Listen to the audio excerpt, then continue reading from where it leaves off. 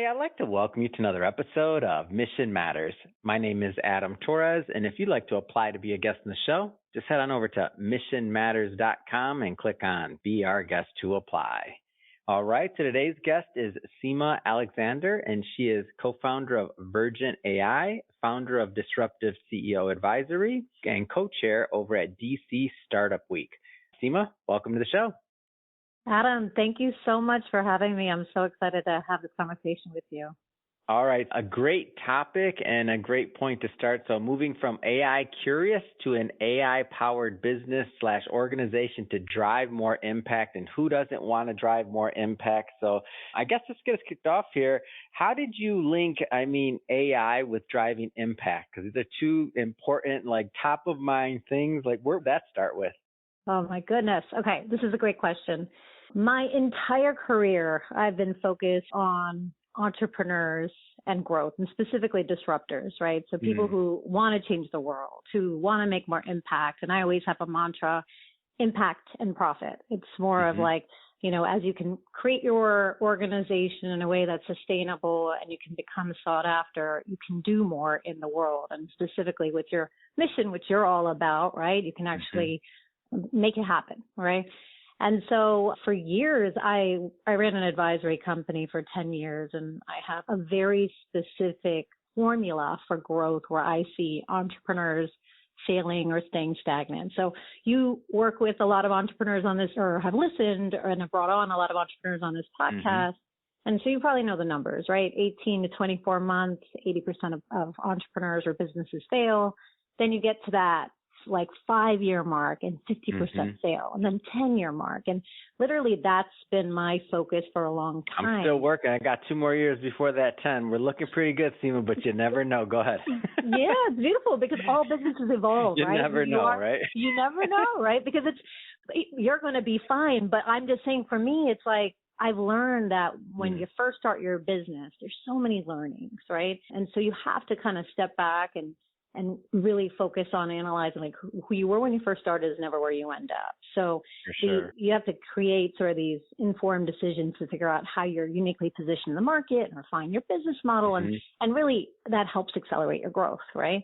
And so back to your question of how AI and impact came to play, the last 4 years, I've worked with thousands of founders in all types of industries, but emerging technology has become a core focus of mine. So many in the Web3 space and then in AI. And about 2 years ago, I was asked to advise an artificial intelligence development environment called Magic ML. And that's when everything, Adam, started to connect for me in terms of, wow, we are in one of the biggest industrial technology revolutions in our generation, right?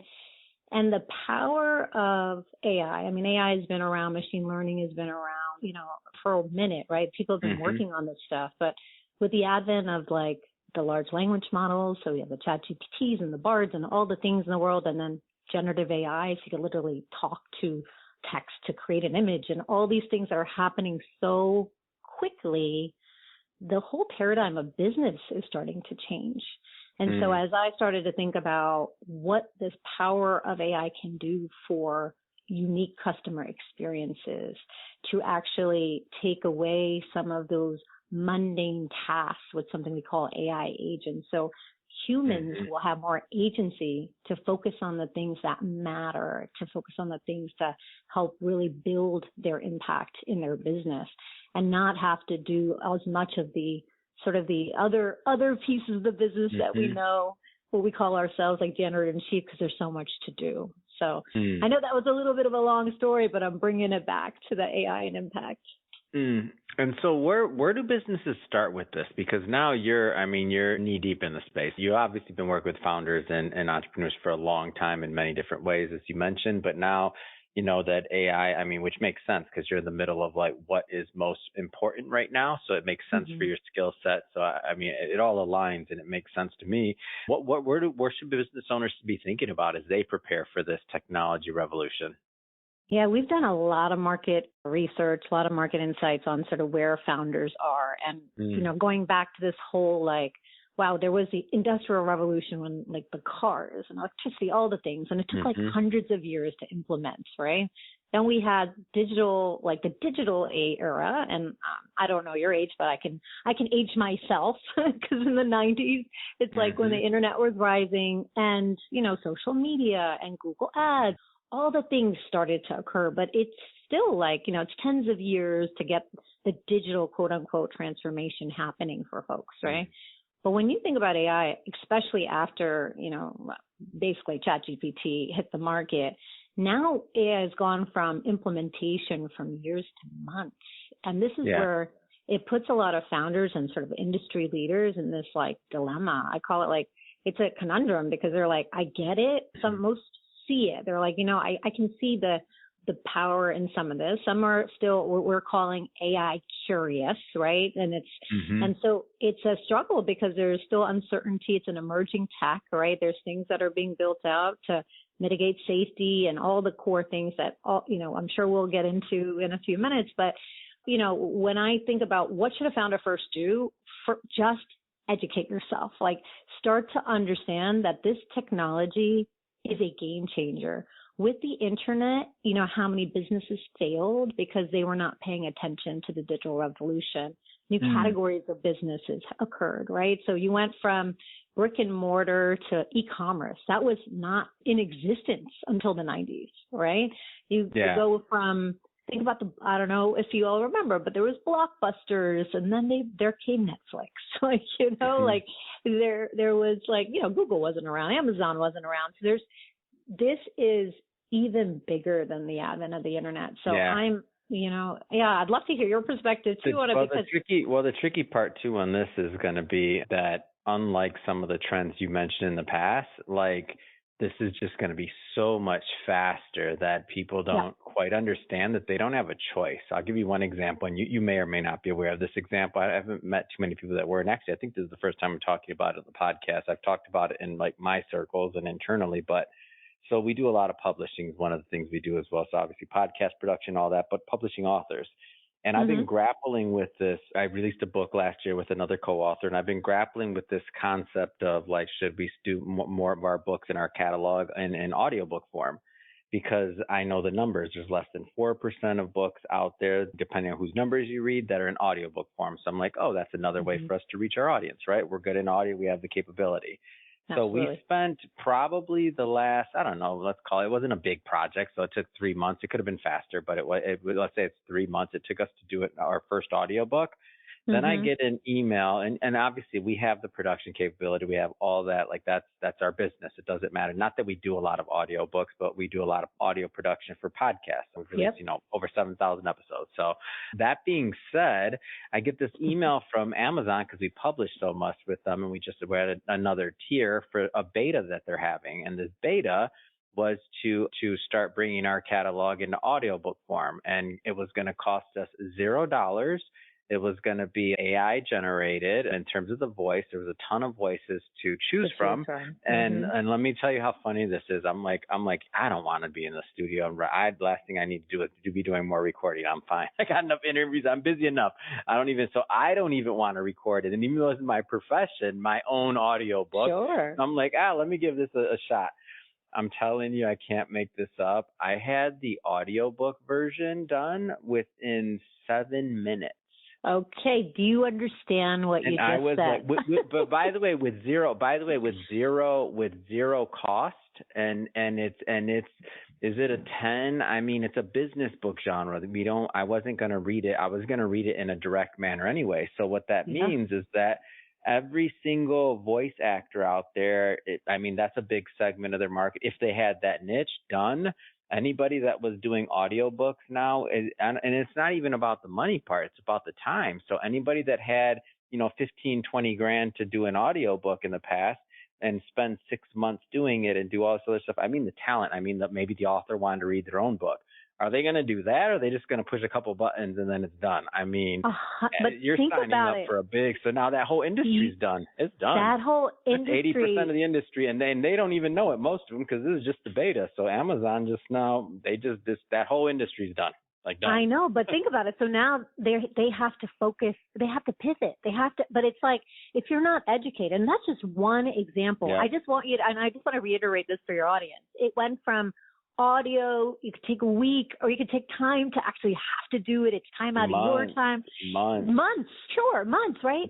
And you did it in 7 minutes, and it sounded professional. I mean, the human voice activations within AI are just getting better and better. The other one, if you think about like people who transcribe like different languages, right? The multi languages, that's another area. Like all of a sudden, like, you know, you're not going to need those folks in certain aspects. There's other, like, it's more of like, just educate yourself right now what's occurring, because I've never seen anything happen this fast. And for me, I am very passionate about business. Like, I'm just going to give you a quick little story, a backstory. The reason I am so passionate is my parents are immigrants from India, came here with nothing, started the first Indian vegetarian restaurant in Washington, D.C., and it grew. Travel agency and like a couple restaurants. But in the 90s, it was amazing. And I started working when I was 12, and I just understood, like, this is like small business, you know, when you're in it, you're in it. But we went from doing really well to close to bankruptcy in the 90s. And when I started getting into the world of AI, and business growth has always been the reason I'm such a proponent, is because I am very empathetic to a founder who works really hard in their business, but doesn't understand how to amplify it externally. And that's what I'm very good at. But with AI, it reminds me of my parents' business, because that was the rise of the internet, and they did not get on the Google search, the ads, the keywords, the social media bandwagon, right? But their competitors did. You see what I'm saying? So like for me, this is that moment for a lot of businesses to really just start to going back to where your question was, educate yourself, start playing with these out of the box tools, right? Start to think about, like, what are some pain points in your business, or get an expert, like, you know, like what we do, because it's more of like the things that you have to really think about in your business is what's going to be like safe, right? And allow for the highest value, highest impact for the investment that goes into, you know, these opportunities. But you have to look at return on investment differently.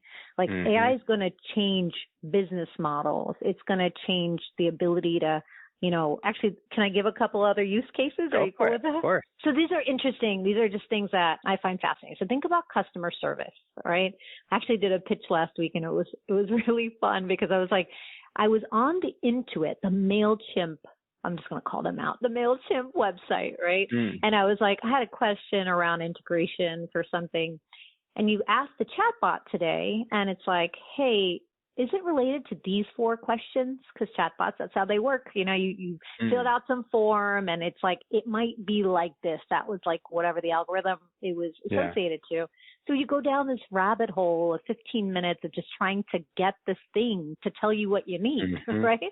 Now imagine a scenario if you're on the other side and you go to a website and you ask the question. Not only does it answer for you, but it's like, here's the 4 other things that you should be thinking about very proactively. If, let's just do this one, if the internet was to go off and like you had to start all over after, you know, just starting this conversation or going into it, an AI agent, a customer service agent, when you get right back on, will remember you, will remember your history. We'll be like, hey, you know, you're in Florida right now. How's the weather?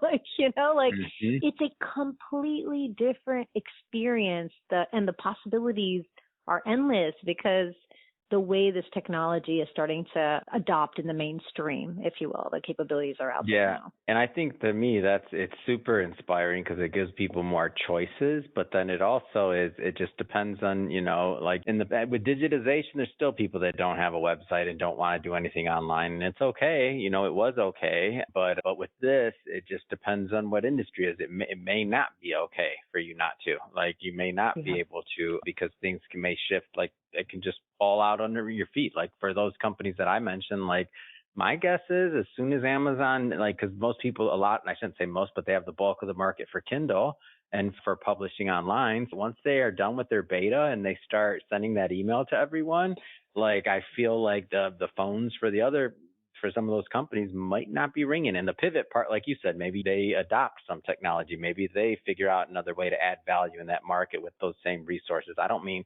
it's time to close up shop. We're entrepreneurs, right? So we're gonna figure it out. We're gonna keep moving. But like to your point, if you're not learning or thinking about it right now, then to wait until those phones start ringing or those leads start or the spend and your return on your investment on that marketing you've been doing, all of a sudden the numbers just flip overnight. That's going to, and you find out it's because Amazon sent one email and it's done like that. You don't want to be in that position because then it's hard. It's harder to pivot. It's harder to figure out like what you're going to do next. So 100%. I love it. Can we talk about the elephant in the room though? What is that? Well, I know people are concerned also about jobs, right? Like in AI, right? And any sort of emerging tech, there's going to be a reduction of humans. We're all going to be delivering food. It's okay. It's okay, Seema. It's fine. It's fine. No, I'm okay with it. I'm like, I live in the downtown area. I'm going to go. No. It's quite opposite. No, I mean, because here's the deal. Like, oh, you're right. The drone's going to take that one too. Well, that's our next evolution before we start with the drones, and then we're just going to be like on whatever.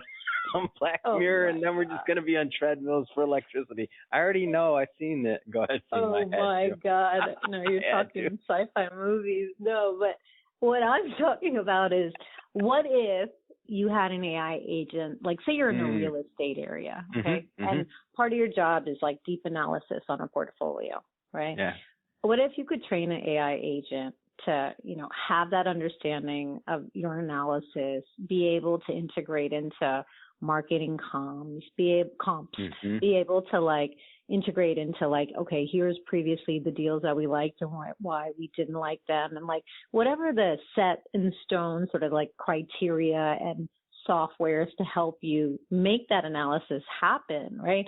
But then it gives it, what we say is like, it's like your number two. So that now becomes like your junior analyst.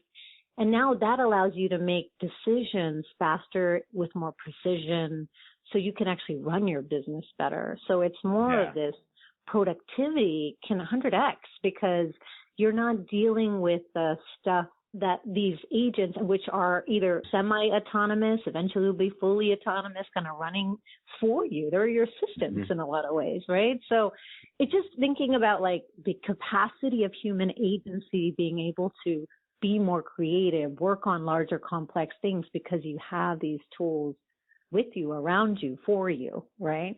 Talk to me a little bit about obviously I know that Vergent AI, that's one of your primary focuses, but I saw also some of the other things that you're involved in, like DC Startup Week, and I'm just curious overall, like your thoughts on community, because it seems to me like you're not only obviously great at what you do, but you're a community builder within these different networks and startup communities. Am I off on that?